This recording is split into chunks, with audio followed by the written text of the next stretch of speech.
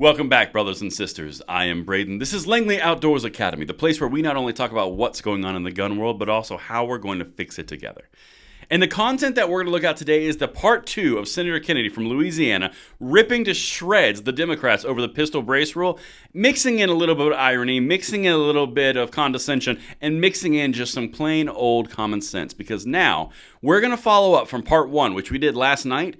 We're going to follow up with the unconstitutionality, the meat of this, because the way that he presents this is something that you've seen on this channel, on Jared's channel, on a lot of different channels. He nails this and he weaves it all together very, very well. This is important and a really good example as we move forward. Now make sure that you hit that like button, subscribe to the channel, and turn the notification bell on. We would love to have you help disperse freedom as we do twice daily on this channel, and I would love to have you along for the ride. Thank you so much for that consideration, and this content is brought to you by SDI. Now, I know a lot of you out there like to upgrade and modify your own guns. And if you're looking to turn a hobby into a career, Sonoran Desert Institute can help. Their online programs cover everything from woodworking and finishes, shooting sports management, ballistics, gunsmithing, and more. Plus, all the tools and materials are shipped directly to your door. There's never been a better time to turn that hobby into a career you can actually use, so what are you waiting for? There's a link right down there in the description, and let them know I sent you, and thank you so much to SDI for making this content possible. All right, my brothers and sisters, as I mentioned in the intro, part 2 of Senator Kennedy going at the Democrats with the ultimate trolling around the pistol brace begins right now. So these 3 things, I couldn't fit this into the video last night, which is why last night was a setup. This one is when he goes after the unconstitutionality. I'm going to play these clips and let me know what you guys think in the comments below as we move forward. Check this one out. The Alcohol, Tobacco, and Firearms Bureau has never had a problem with pistol braces. None, zero, zilch, nada, until President Biden became president.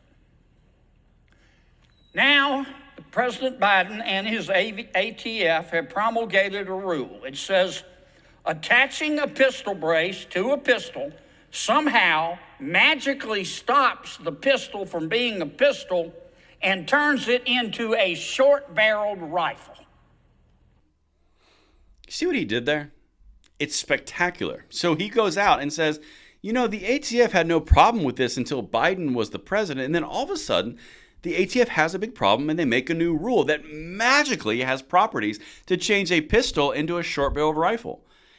Again, we all know that this is the point, but for him to say it on the Senate floor in plain language and kind of a little bit of a mocking tone, this lands the plane that this is that stupid. It genuinely is. Now, like I said in the first video, this did not pass the Senate. It failed along party lines. But the idea that he gets up there and he says it on the Senate floor and uses pretty good communication does a lot of good work as we move forward in the court cases for just this instance. Now, that was the first thing. ATF all of a sudden has a problem, and right after Biden, which interestingly enough, they report to. But now, let's go to the second piece of unconstitutionality that he again lays out. It's all building towards something magical in this third clip. Check this out. Which the ATF says pistol braces turn pistols into are heavily restricted by the National Firearms Act of 1934 and the Gun Control Act of 1968. That's why they want to turn a pistol into a short barrel rifle by using a pistol brace. Under these 2 federal statutes, if the ATF can succeed, the ATF can require the owner of the pistol with the pistol brace to register it within 120 days with the ATF. They want to start a gun registry for law-abiding America. They want to start a gun registry. It's clear as day. The only reason that the ATF would want you to register a pistol with a pistol brace is so that you are in a system. The sitting senator from Louisiana just nailed it head on. You're talking about a registration scheme which is built on changing rules that were existing law for 10 years at the behest of the Biden administration in order to know where guns are through the serial numbers and registration. The ATF is being utilized as a registration creating device on top of the non-digital databases that aren't searchable, which they already have. He's dead right. It's turning law-abiding citizens onto a registry. And now this last part is where he mixes in a few different pieces. And this is the culmination. This is why we pay so much attention to the details, because he goes after executive bureaucracies. He goes after Chevron deference. He goes after the ability for them to make law through rules out of whole cloth by reinterpreting congressional law. This is the cherry on top right here. Neither the National Firearms Act of 1934 nor the Gun Control Act of 1968 mention pistol braces. Nor does the statute's legislative history. Under recent unambiguous decisions by the United States Supreme Court in West Virginia v. EPA and Alabama Association of Realtors v. Department of Homeland Security, in King v. Burwell, all Supreme Court precedent, a regulatory agency like the ATF does not have the power under our Constitution to decide major questions like banning pistol braces unless Congress says it's okay through the text of the statute that the agency is relying on.